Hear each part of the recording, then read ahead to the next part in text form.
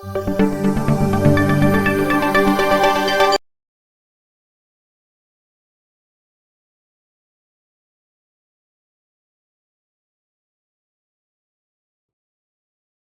everyone.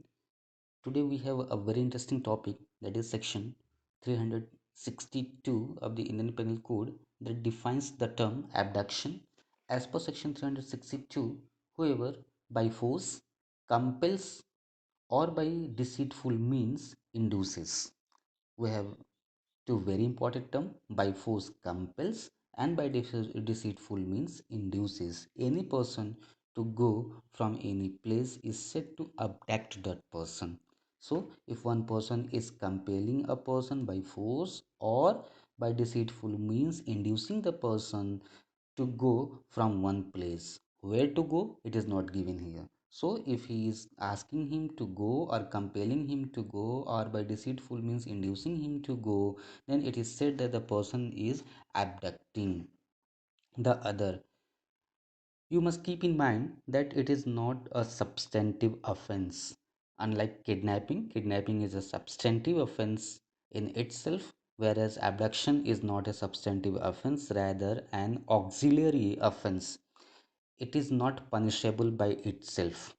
Abduction per se is not punishable by itself, but made criminal only when it is done along with any other offense, or if the offender is having an intention to do some other offense along with the abduction, then only it is made punishable. For example, someone compelling a person for keeping in confinement, or for committing the offense of murder, committing the offense of illicit relationship, then in such a situation, the abduction would be punishable along with some other offenses, but abduction per se is not punishable. If we come to the ingredients, then we must see we have three ingredients. Number one, forceful compulsion. There must be a forceful compulsion. Number two, inducement by deceitful means. So either there may be forceful compulsion or inducement by deceitful means.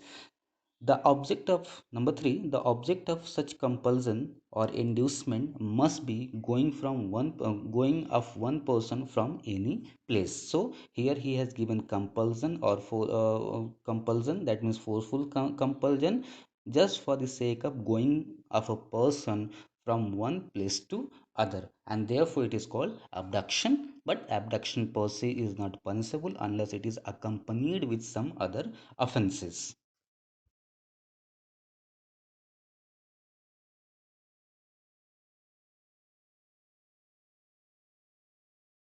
Now, come to the point: forceful compulsion and going of a person from any place. What does it mean? So, in case of forceful compulsion, the actual force is necessary. You must keep in mind that the for the forceful compulsion, actual force is necessary. Mere show of threat, as you have seen in the assault,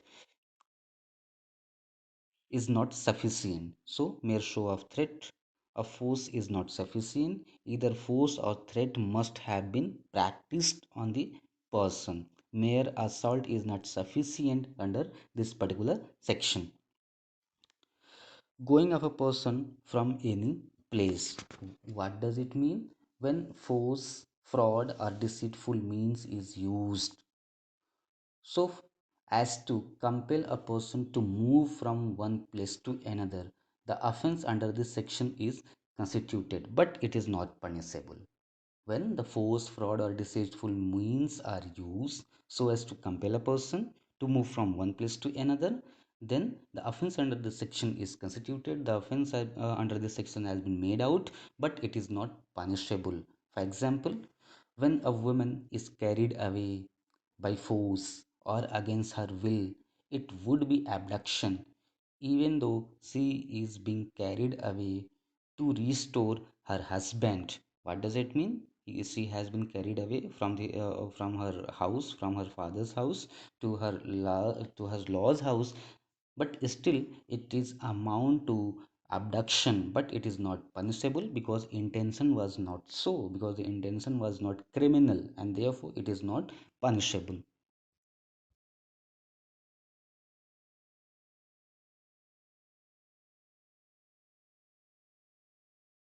One of the important aspect of this particular section, this particular offense, is the continuing offense. Abduction is a continuing offense. Now the question is what we call continuing offense. The offenses in which more than one act is required to prove the charge.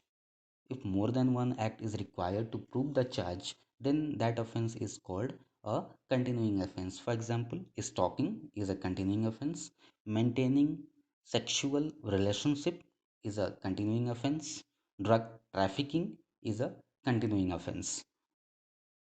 So where the prosecution has to prove more than one act to prove the charge. Only single act per se is not sufficient to prove the charge. For example, in case of abduction, only abduction per se is not punishable unless it is done with intention to do some other act. Unless it is done with intention to do some other act, then only it is punishable under the Indian Penal Code.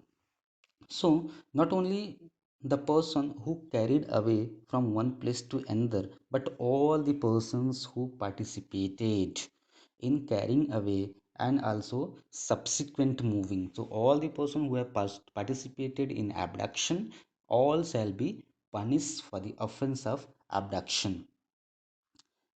Suppose if a married woman consent for her own abduction, it is not an abatement and abduction as well. It is neither an abatement nor abduction as well because he has consented and therefore it is not abduction per se. Again, there is no need of consent if fraud is detected. If she has given the consent out of fraud, then it will amount to an offense of abduction. It is only punishable when there is intention to commit another offense. For example, we have section 364, section 365, section 366, section 367. Section 364 is about kidnapping or abducting in order to murder. So here the intention is to commit the offense of murder, and therefore here abduction would be punishable, but abduction per se is not punishable. Similarly, section 365, kidnapping or abducting with intent secretly and wrongfully to confine the person. So here the intention is to wrongfully confine the person and therefore the abduction would be punishable. Again, we have section 366, that is about kidnapping, abducting or inducing women to compel her marriage. So here the intention is to compel a woman for the marriage against her will and therefore it is punishable. Again, we have section 367, kidnapping or abducting in order to subject person to grievous hurt. So here the main intention is to cause grievous hurt or subject the person to cause grievous hurt and therefore it is punishable. Again, I am repeating that abduction per se is not punishable unless it is accompanied with some other offenses or unless it is accompanied with intention to commit some other offenses, then only it shall be punishable. Otherwise, abduction per se is not punishable.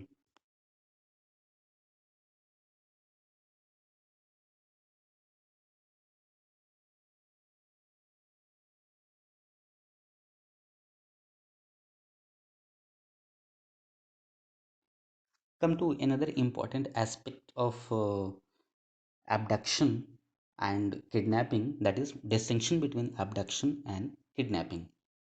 Point number one, that age of the person. In case of kidnapping, the age matters. What does it mean? In case of male, it is 16 years of age. In case of female, it is 18 years of age or unsound mind person if it is a kidnapping against lawful guardianship. But in case of abduction, there is no need of any age. The person of any age can be abducted, but of course, with intent to commit some other offenses. Number two, there is need of lawful guardianship. The person kidnapped out of lawful guardianship from the keeping of out of from the keeping of lawful guardianship. And in case of abduction, the reference to the person abducted itself. In case of abduction, the reference has been taken to the person abducted itself and not to any guardianship. Number three, simply taking away of minor. In case of abduction, if a person is simply taking away the minor is sufficient, means are not relevant. But in case of abduction, forceful compulsion or deceitful means are used. So these are the means, that is forceful compulsion and deceitful means. But in case of kidnapping, simply taking away is sufficient to constitute an offense in kidnapping. Point number four, the consent of the person kidnapped is immaterial. In case of kidnapping, the consent of the person who had been kidnapped is immaterial, but in case of abduction, free consent of person condones the abduction. If the person has given the consent, if the woman has given her consent to abduct herself, then it shall not amount to an abduction. Point number five, intention of the kidnapper is immaterial. In case of kidnapping, if the person is simply just, we have studied A versus Prince, where the intention was to have some illicit relationship with the girl, where she was appearing above the age of 18 years, but she was actually below the 18 years. So, in kidnapping, intention is immaterial. Even the person simply taking away without any intention, it shall amount to an offense of kidnapping, because the child was below the age of 16 years or 18 years, whichever may apply. But here, in case of abduction, the intention determines the guilty, because his intention was to commit some other offense. Then only abduction per se would be punishable. Otherwise, abduction per se is not punishable. Point number six, that kidnapping is a substantive offense, and that is very important aspect of kidnapping, that kidnapping is a substantive offense, and whereas the abduction is not a substantive offense, rather it is an auxiliary offense, and it is not punishable per se unless it is accompanied with an intention to do some other act, with an intention to do some other offense. Point number seven, it is not a continuing offense.